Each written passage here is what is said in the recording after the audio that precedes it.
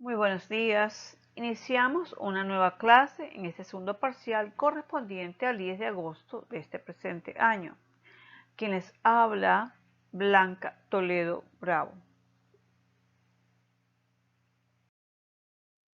El objetivo en esta clase es identificar las manifestaciones culturales a partir de la descripción del contexto histórico en que se originaron para distinguir cuáles de estos elementos son parte de nuestra identidad latinoamericana y ecuatoriana en la actualidad.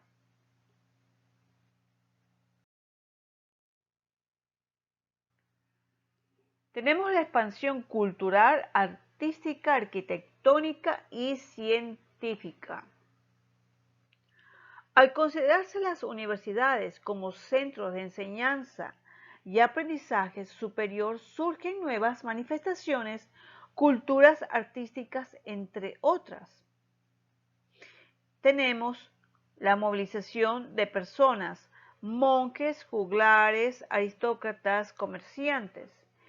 En el comercio, así como la especialización de actividades laborables e intelectuales, hace que la etapa medieval sea un momento de florecimiento de pensares con nuevas ideas. El nexo de interacción comunicativa y social fue el idioma latín. Los monasterios del clero pasaron de ser entes netamente religiosos a centros de educación y lograron ganar estatus e independencia. A partir del siglo XI surgieron las primeras manifestaciones literarias expresadas en lenguas romances, vernáculas y castellanas. Al llegar al siglo XIII se forjan grandes poetas, escultores y pintores. En el ámbito académico, las manifestaciones filosóficas desde el método escolástico, acentuadas en la fe y la razón, fueron ampliamente discutidas. En las manifestaciones científicas se desarrollaron la alquimia, precursora de ciencias modernas como la química, la astronomía, especialmente con los aportes de Galileo. En medicina, Ambrosi Paré fundó las bases para la cirugía. En anatomía, Andrés Pasallo estudió los órganos internos del cuerpo humano. Y Miguel Servet descubrió el sistema de circulación y purificación de la sangre. En el campo arquitectónico sobresalieron las construcciones bizantinas y románicas del siglo XI y XII, las construcciones góticas del siglo XII y XV.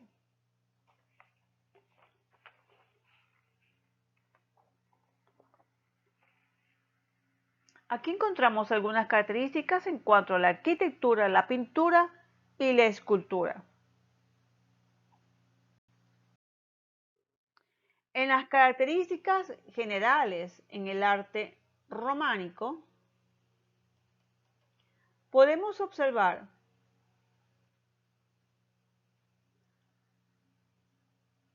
sobresalen por la enseñanza de las verdades esenciales sin renunciar a la belleza formal. El afán por lo decorativo, la catedral, principal construcción del gótico. La escultura y la pintura se independizaron del marco arquitectónico. La arquitectura románica integra elementos romanos con altos provenientes del arte bizantino y de los pueblos germánicos. A pesar de ser un estilo homogéneo, tuvo variedades regionales. Las principales edificaciones del románico fueron la iglesia. Sus características esenciales eran aspecto de gran solidez, con muros gruesos de piedra, reforzados mediante contrafuertes y con escasas y pequeñas ventanas. Planta de cruz latina, con una o más naves acabadas en ábsides generalmente semicirculares situadas en la cabecera de la iglesia.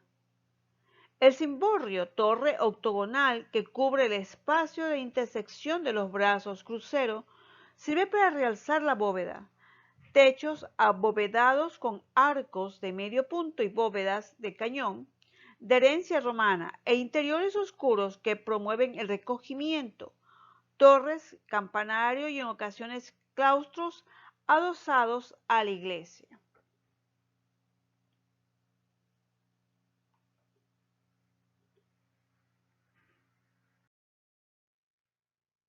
Tenemos el arte románico, podemos observar la escultura románica.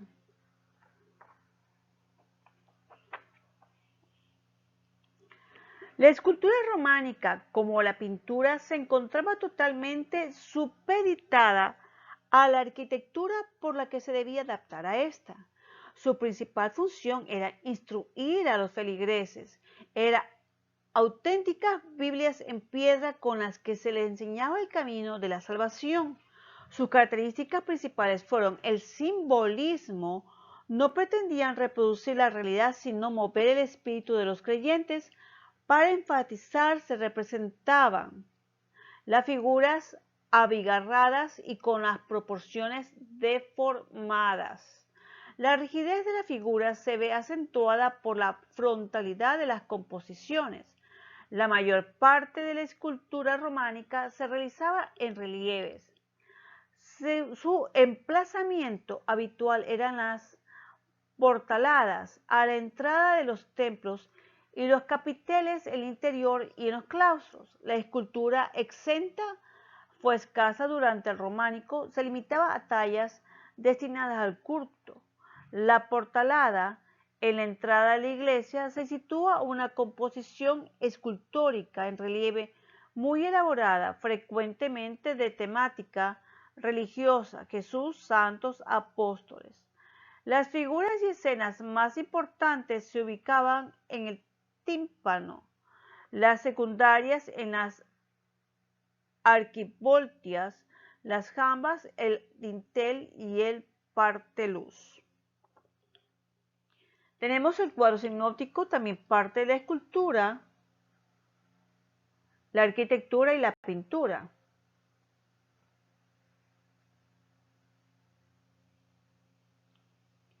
A continuación vamos a observar la pintura románica. Tenemos aquí que la función de la pintura románica era, como la de la escultura, instruir religiosamente y fomentar la espiritualidad. Estaba subordinada a la arquitectura y en las iglesias ocupaba todas las superficies interiores de piedra, muros, bóvedas y ábsides. Sus principales características eran la expresividad y simbolismo. La figura humana es estática, espiritualizada, dotada de manos y ojos exageradamente grandes. Su frontalidad tiende a la esquematización de las figuras que se representan planas y escalonadas, pues se carece de perspectiva. Los colores muy intensos se aplican planos sin volumen y los trazos son gruesos y simples. Los dos temas más representados en las pinturas románicas son el Pantocrátor, un Cristo majestático, en el interior en un círculo óvalo, bendice y sostiene los evangelios. La Virgen María en el interior de una mandolar, con el niño Jesús en su regazo, bendice con la mano derecha. Vemos que hay un estilo franco-románico y un estilo bizantino. Se comparten temas y rasgos formales con la escultura, como por ejemplo la adaptación al marco arquitectónico, el hieratismo, la falta de individualización en el tratamiento de los rostros, empleo de ciertos convencionalismos.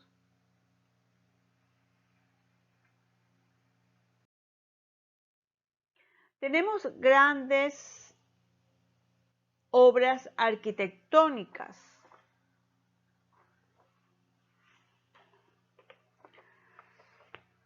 Como ustedes aprecian, se observa la catedral y el campamento de Pisa. Son construcciones de gran solidez con muros gruesos de piedra con escasos y pequeñas ventanas Se trata de un arte fundamentalmente religioso didáctico al servicio de la Iglesia Católica. Estos edificios transmiten la racionalidad del humanismo, reflejan armonía, simplicidad y proporcionalidad. Los elementos constructivos y decorativos empleados son de inspiración clásica. El Palacio Medici Riccardi en Florencia de Michelozzo de Bartolomeo sentó las bases de lo que será la nueva arquitectura civil palaciega del Renacimiento florentino. Se convertirá en el modelo del palacio renacentista florentino que posteriormente también desarrollarán Luca Fancelli, León Battista Alberti y Miguel Ángel. Este tipo de palacios fueron el símbolo de esta nueva burguesía urbana y adinerada que sustituyó en el poder a los señores feudales con sus castillos medievales. Tenemos la Catedral de Reims. La Catedral de Reims es uno de los edificios góticos de mayor importancia en Francia, tanto por su extraordinaria arquitectura como por su riquísima estatura. Esta fue construida en el siglo XIII, perteneciendo al conjunto de las catedrales clásicas de dicho país. Encontramos las características de la Edad Media. En primer lugar, las económicas, el sistema del feudalismo, donde la riqueza la constituía la tierra. Los siervos labraban la tierra y entregaban una cantidad al dueño, el señor feudal, a cambio de protección militar. En las políticas, el sistema político era la monarquía absoluta, el rey y la nobleza tenían el poder en sus territorios, los vasallos le servían a cambio de protección. La religión, Iglesia Católica, afirmaba que los reyes obtenían su poder por mandato divino.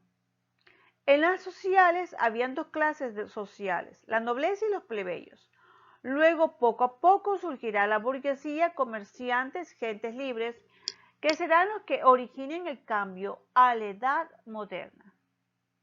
En cuanto a las características de la Edad Moderna, vemos el humanismo, el auge de las monarquías autoritarias, la era de los descubrimientos, el desarrollo del comercio, el aumento de la esclavitud, aumento de la población, la reforma religiosa, protestante y contrarreforma, los grandes avances tecnológicos, el Renacimiento, Barroco e Ilustración.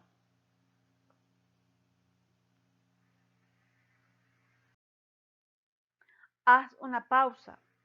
Cuando dudes, haz una pausa. Cuando te enojes, haz una pausa. Cuando te canses, haz una pausa. Cuando te estreses, haz una pausa. Y cuando pauses, respira muy profundo y agradece. En este día vamos a observar el video sobre la historia, el arte románico, como para reforzar lo que hemos visto el día de hoy. Tengan todos ustedes un lindo y bendecido día.